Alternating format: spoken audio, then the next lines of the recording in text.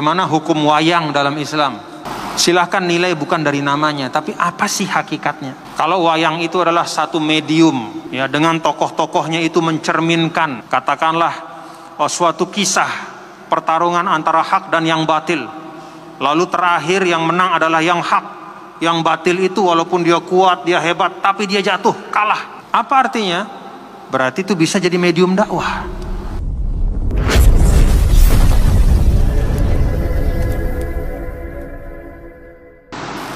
Nah, bapak-bapak dan saudara, ada yang bisa kita ambil di sini, ya. Apa yang bisa kita ambil?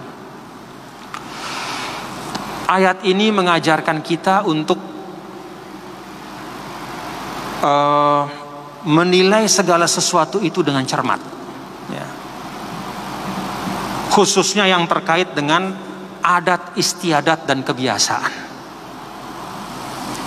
Jadi Islam mengajarkan kita, bapak-bapak dan saudara-saudara, ya, bahwa adat kebiasaan, ya, yang namanya adat itu kan apa yang kita lakukan dan bagaimana kita melakukan, itu namanya adat, ya. Budaya, sesuatu yang dilakukan dengan cara tertentu berulang-ulang, itu budaya dalam makna yang luas. Pandangan Islam terhadap budaya itu, adat kebiasaan yang tumbuh berkembang di tengah masyarakat, itu dibagi menjadi 3 oleh ulama. Pertama, adat dan budaya yang memang nyata-nyata bertentangan dengan nilai-nilai agama, prinsip-prinsip syariat. Maka posisi dari agama Islam, tuntunan agama adalah eliminasi, dihapuskan. Nah, yang dihapuskan itu ada yang dalam 2 bentuk, sekaligus atau bertahap. Contoh, kebiasaan orang Arab untuk wa'dul banat, menanam anak perempuan hidup-hidup. Itu kebiasaan lama, berlaku ratusan tahun. Karena dianggap anak perempuan itu tidak ada harganya. Dari mana manusia dihargai pada masa jahiliyah? Dari kemampuannya berperang. Karena perempuan itu tidak bisa naik kuda, main pedang, menombak musuh, maka dianggap tidak ada harganya. Karena itu dalam Al-Quran kan begitu, ya. Idza busyira ahaduhum bil untha dhalla wajhuhu muswadda wa huwa kazim. Kalau diberitahu, Pak, udah lahir anaknya, laki perempuan, oh langsung iswada, mukanya langsung jadi hitam, katanya Al-Quran. Mukanya jadi menghitam, artinya mukanya itu kecewa berat. Yatawara minal qaumi min su'i ma busyira bih, sembunyi malu dia dilihat oleh orang. Maka banyak yang kemudian akhirnya dikubur hidup-hidup perempuan. Ini adat budaya, jelas bertentangan dengan ajaran agama, maka dihapuskan. Dan dihapuskannya pun seketika, tidak pakai proses lama-lama. Karena ini menyangkut nyawa. Kalau pelan-pelan dihapus nanti lebih banyak lagi korban, gitu kira-kira. Ada juga yang bertentangan tapi dihapusnya pelan-pelan. Seperti apa? Minum minuman keras. Dulu pada masa jahiliyah itu, ya, bahkan pada masa awal Islam, ya, pada masa awal Islam sudah datang Islam nih. Sebelum diharamkannya minuman keras, itu yang namanya minuman keras, tidak ada rumah di Mekah kecuali di dalamnya ada minuman keras. Tidak ada tempat tidur kecuali di kolongnya itu ada minuman keras. Dan bahkan itu bertahan sampai ke Madinah juga begitu, ya. Sehingga ketika turun suratul Maidah itu, fajtanibuh, maka jauhilah. Lalu kemudian semua memecahkan minuman keras tuh, kata para sahabat, sampai minuman keras itu menyentuh mata kaki kami, saking banyaknya. Jadi di jalan itu, apa bahasa kita tuh, belabur sama arak, sampai mata kaki banjir. Bukan air hujan, tapi minuman keras. Nah, karena adat ini sudah sangat lama dan sudah merasuk ke dalam seluruh aspek kehidupan, maka dihapuskannya itu perlahan, bertahap oleh Allah. Kan itu ada dalam Al-Quran ya. Mulai dari tahapan pertama adalah apa? Fihi ma ismun wa manafi'u linnas wa ismuhuma akbaru. Nah, mereka bertanya tentang berjudi dan minuman keras. Wahai Muhammad, katakanlah, di dalam dua perbuatan itu ada dosa, ada kejahatan, dan memang ada juga beberapa manfaatnya, tapi kemudaratan dan kejahatan itu lebih besar. Nah, mulai diajak berpikir, apa kebaikannya minuman keras dan judi itu? Ya, minuman keras itu kebaikannya artinya bisa jadi bisnis, ada untungnya kalau diperjualbelikan. Tapi ismuhuma akbaru, nah, dosanya lebih besar. Maka mulai orang berpikir. Tahap kedua, la taqrabus sholata wa antum sukara. Jangan kamu mendekati sholat kalau lagi mabuk. Maka terpaksa 5 kali sehari orang-orang yang mabuk itu kalau sudah dekat waktu sholat dia buang, ya, jangan sampai dia teler pas lagi sholat itu. Kita bayangkan coba. Jadi dia buang, katakanlah setengah jam sebelum sholat. Artinya apa? 5 kali sehari mereka itu akhirnya terkondisikan menjauhi minuman keras cara Islam. Lalu kemudian barulah fajtanibu, diminta untuk menjauhi sama sekali. Nah, akhirnya barulah kemudian itu proses. Jadi adat budaya yang bertentangan dengan prinsip-prinsip agama, ya, bertentangan dengan nilai-nilai Islam itu, posisi Islam apa? Dihapus seketika maupun bertahap. Ya. Yang kedua, adat kebiasaan yang sebenarnya mengandung nilai yang mulia, tetapi ada penyimpangan di dalamnya. Apa contohnya? Nusratul qabilah, membela keluarga atau membela suku zaman dulu. Zaman jahiliyah itu kalau ada anggota suku itu melakukan suatu kezoliman, katakanlah membunuh orang, lalu dia kembali ke sukunya, maka dia akan dilindungi oleh sukunya itu. Sehingga kalau keluarga dari yang dibunuh itu datang, dia akan berhadapan bukan kepada satu orang, kepada semua. Akhirnya bisa perang suku. Istilahnya, pokoknya ini keluarga, mau jahat, mau bunuh orang, mau apa, kita akan bela sampai tetes darah terakhir. Nah, ini diluruskan oleh Islam. Ya, jadi ditadil, direvisi, ya, dievaluasi, direvisi dan dikoreksi. Maka Islam mengajarkan boleh dan bagus kalau kita menolong saudara, ya. Tetapi harus dengan cara yang baik. Kalau saudara kita itu memang benar-benar dizolimi, maka boleh kita bela dengan nyawa. Kalau dia dizolimi, dengan kehormatan kita jaga, kita bela. Tapi kalau saudara kita itu menzolimi, nah, maka bukan begitu caranya membela. Caranya membela adalah kalau dia belum berbuat zolim, cegah dia, jangan dibiarkan. Kalau dia sudah kedung berbuat zolim, maka tegakkan hukum dengan keadilan. Nah, jadi budaya yang berkembang di tengah masyarakat, ya, terkait dengan membela teman, membela suku, itu dimodifikasi oleh Islam, diluruskan, tidak dihapus, dikoreksi. Ada juga, nah, yang ketiga, budaya yang mengandung nilai yang baik dan juga caranya itu tidak bertentangan dengan tuntunan agama. Maka terhadap budaya yang seperti ini, Islam mengakuinya dan bahkan memperkuat maknanya. Diperkuat oleh Islam. Kalau zaman dulu orang Arab terkenal dengan karom, kemurahan hati. Orang Arab itu zaman dulu rumahnya tidak terkunci, istilahnya. Siapapun orang yang mau masuk untuk mengambil air minum, mengambil makanan dipersilahkan.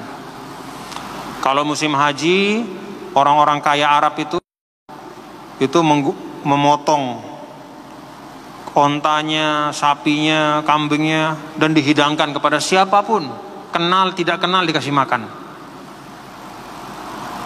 Di depan rumahnya itu ditaruh bong, ceret air untuk orang minum, siapapun. Memuliakan tamu. Ketika Islam datang, adat dan budaya ini diakui oleh Islam, bahkan ditambah kemuliaannya. Kalau pada masa jahiliyah memuliakan tamu itu adalah adat yang biasa, maka ketika Islam datang, memuliakan tamu itu menjadi salah satu tanda iman dalam hati kita. Man kana yu'minu billah wal yaumil akhir falyukrim dhaifahu. Siapa yang beriman kepada Allah dan hari akhir, maka dia hendaklah memuliakan tamu. Nah, ini prinsip tuntunan Islam. Karena itu bapak-bapak dan saudara, kalau melihat adat dan budaya kita tinggal ukur saja. Jangan terpaku pada namanya. Karena nama itu bisa beda-beda antara satu tempat dengan tempat yang lain. Tapi kalau esensinya adalah sesuatu yang baik, maka tidak masalah. Silahkan ditradisikan. Di Indonesia ada kata gotong royong. Apa itu gotong royong? Kan tidak ada zaman Nabi kata gotong royong. Iya, kata gotong royong tidak ada. Tapi apa isi gotong royong itu? Bekerja bersama dalam kebaikan. Oh, berarti bagus. Itu Islami. Gotong royong itu Islami. Begebung misalnya ya, di Sasak nih kan ada begebung namanya. Apa itu begebung? Oh, begebung itu adalah makan bersama-sama berjamaah. Oh, itu Islami. Karena memang seperti itulah di dalam Islam juga diajarkan, ya. Al-barakatu fil jamaah. Bukan hanya pada kewajiban-kewajiban ritual ibadah kita berjamaah seperti sholat, bahkan pada hal-hal yang sifatnya kebiasaan, ya. Kalau kita berjamaah melakukannya, di situ ada berkahnya. Termasuk misalnya makan sendiri sama makan bareng-bareng sama teman, ya, bersama-sama bersuka cita, itu beda. Ada berkahnya dalam kebersamaan.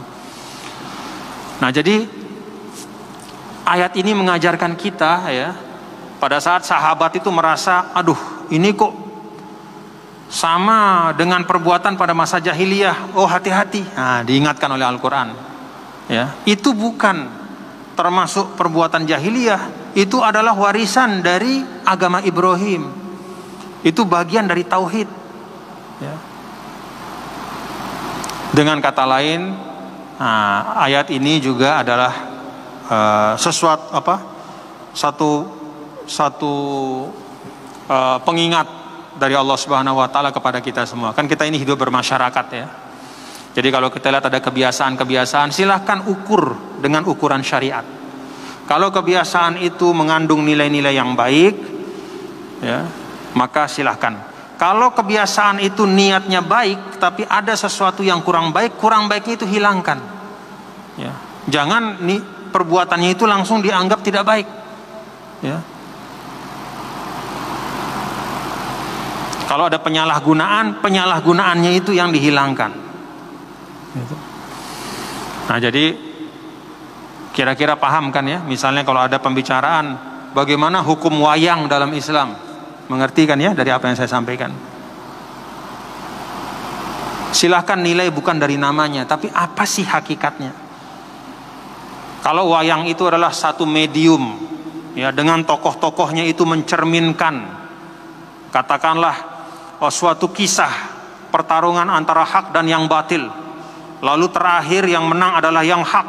Yang batil itu walaupun dia kuat, dia hebat, tapi dia jatuh, kalah. Apa artinya? Berarti itu bisa jadi medium dakwah. Ya tentu saja nggak usah. Kalau misalnya ada sebagian apa istilahnya ya, berwayang itu misalnya di sebagian tempat ada ritual yang aneh-aneh ya nggak usah pakai ritualnya. Ya, pertunjukan wayangnya saya tidak masalah. Dengan syarat tadi ya, jangan sampai kemudian berwayang tapi nggak sholat. Nah itu salah ya, bukan wayangnya yang salah, nggak sholatnya itu. Jadi sesuatu yang mubah dan boleh bisa bergeser hukumnya menjadi haram kalau kita gara-gara melaksanakan yang mubah itu meninggalkan sesuatu yang wajib. Makan halal, makan dari awal zuhur sampai akhir zuhur, itu suapan pada saat masuk asar itu haram. Kenapa? Meninggalkan yang wajib. Oh, ini boleh terus. Setengah 12, setengah 1, setengah 2, setengah 3, Allah berubah hukumnya. Suapan yang semula mubah itu nyuap dia pada saat azan, nah itu sudah berubah hukumnya makan di situ. Jadi bukan makannya yang salah, tapi meninggalkan kewajiban. Bukan wayangnya yang salah, nggak sholatnya yang salah. Ya. Jadi banyak sekali kebiasaan yang baik di tengah masyarakat ya, yang kalau kita melaksanakannya sesuai ukurannya dia baik. Tapi kalau berlebihan, yang namanya segala sesuatu yang berlebihan itu pasti tidak baik ya, pasti tidak baik. Nabi saja pernah kok dulu orang-orang Habasyah, orang-orang hitam, anak-anak muda orang hitam itu nyanyi-nyanyi sambil nari di masjid di Madinah, ditonton sama Nabi. Sayyidah Aisyah di belakang Nabi juga ikut nonton. Sampai kira-kira sudah beberapa waktu, kata Nabi, cukup ya Aisyah. Ya udah selesai. Nabi masuk. Apa artinya? Berkesenian itu boleh, asal jangan berlebihan. Berkesenian itu boleh, asal isi dari seni itu tidak mengajak kepada kemaksiatan. Lagu misalnya, hei bapak-bapak, ibu-ibu, dendek tersembayang, anda boleh itu. Itu lagunya itu mengandung sesuatu yang mengajak. Nginem berem, itu lagunya tidak boleh. Tapi kalau lagunya bagus, kalau kata Imam Ghazali, yuraqqiqul qalba, membuat hati kita tersentuh. Coba lagunya Bimbo itu, oh nangis kita. Lagu Bimbo mengingatkan kita akhirat, mengingatkan kita kematian. Bimbo dengan satu lagunya itu mungkin bisa menyentuh hati seseorang yang lebih baik daripada 1000 ceramah mungkin. Itu dakwah melalui lagu. Nah jadi bapak-bapak saudara, melihat budaya yang berkembang di tengah masyarakat itu tidak boleh dengan kacamata kuda. Pokoknya budaya berarti bertentangan dengan Islam, minggir. Pokoknya Islam yang namanya budaya, minggir. Gak boleh. Nabi sendiri sayang sama budayanya. Kenapa Nabi pakai jubah, pakai gamis itu? Ya karena itu budaya orang Arab. Bahkan dulu Nabi, nah ini saudara-saudara ya, adat dan budaya antara Mekah Madinah itu beda. Di Mekah itu al-makhid, baju yang pakai jahitan itu tidak ada. Jadi orang di Mekah itu biasanya itu apa namanya itu, berkelumbung-kelumbung doang. Jadi kalau pakai pakaian itu paling 2 helai, di bawah jadi sarung, di atas jadi kelumbung. Ya baju, kalau malam jadi selimut apa gitu. Tidak berjahit. Begitu pindah ke Madinah, Rasulullah SAW, penduduk Madinah itu sudah biasa pakai baju yang berjahit. Jubah itu berjahit, ada tangannya. Apakah Nabi tetap menggunakan pakaian ala Mekah? Tidak. Nabi berubah, pakai pakaian orang Madinah, pakai pakaian berjahit. Apalagi setelah orang Yaman masuk Islam, orang Yaman itu jubahnya besar-besar. Kalau kita lihat tuh jubah-jubah itu yang dipakai ulama itu dari Yaman dulu asalnya itu, dari Yaman, dari Persia. Kalau orang Arab asli Mekah Madinah tidak ada yang pakai jubah kayak begitu. Begitu datang orang Yaman, orang Persia masuk Islam, Apakah kemudian Nabi tidak pakai pakaian itu karena asalnya dari orang kafir? Tidak, dipakai sama Nabi. Lebih bagus, lebih bisa menahan dingin. Jadi ada perubahan. Di Mekah orang Arab itu tidak ada yang punya kloset dalam rumahnya. Jadi kalau mau qada hajat pergi dia ke tanah jauh-jauh itu. Ke padang pasir. Buang hajat, timbun seperti kucing itu. Ya memang begitu, ya. Bukan kekurangan juga, memang begitu adatnya. Tapi begitu pindah ke Madinah, berkembang, buat rumah di Madinah, ya seperti orang Madinah. Ada toilet, ada kamar mandi, nempel dengan rumah. Dulu di Mekah, Nabi dan para sahabat itu pakai gelas dibikin dari kayu. Begitu pindah ke Madinah, tidak lama kemudian, karena Madinah itu banyak banyak orang datang dari mana-mana, mulai dikenal gelas pecah belah dipakai oleh para sahabat. Jadi adat budaya ya, itu bisa berubah setiap saat, setiap waktu. Termasuk stempel Nabi. Itu Nabi kan dulu tidak pernah punya stempel. Sampai akhir-akhir ketika Amul Wufud, ya, diberitahu Nabi oleh para sahabat, ya Rasulullah, biasanya kalau pemimpin-pemimpin di luar negeri, Raja Persia, Raja Romawi itu mereka selalu mengirim suratnya di stempel, tanda bahwa surat ini sah, resmi.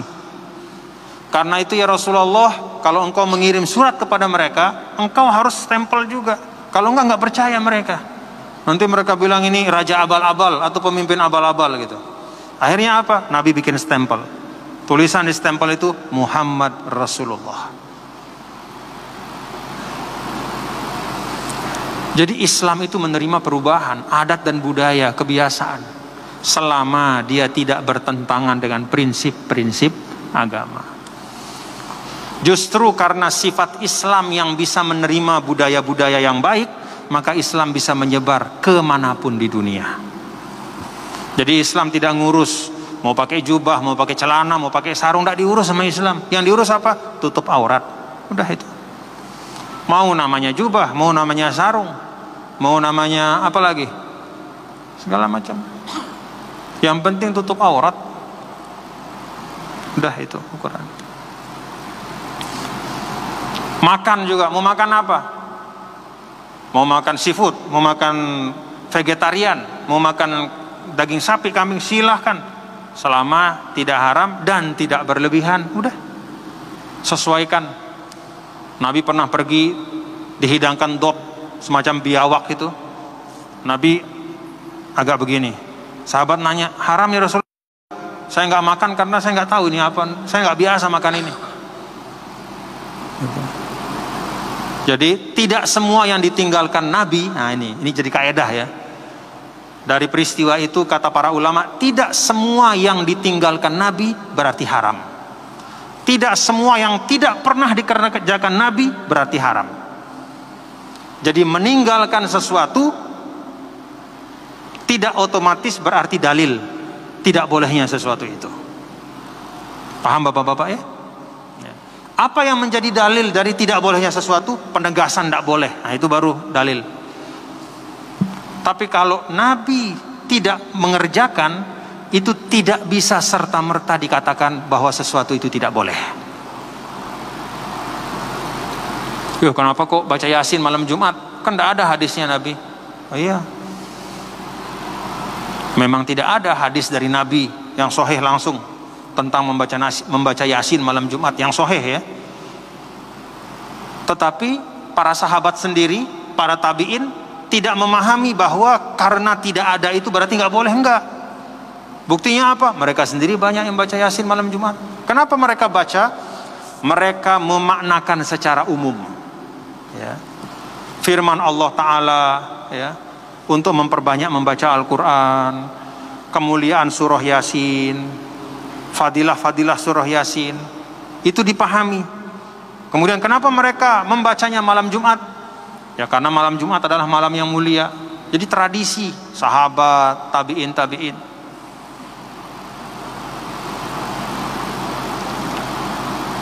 Nah kita kembali Ya, seperti itu Islam memandang budaya. Ya, jadi apapun nama budaya itu, isinya apa?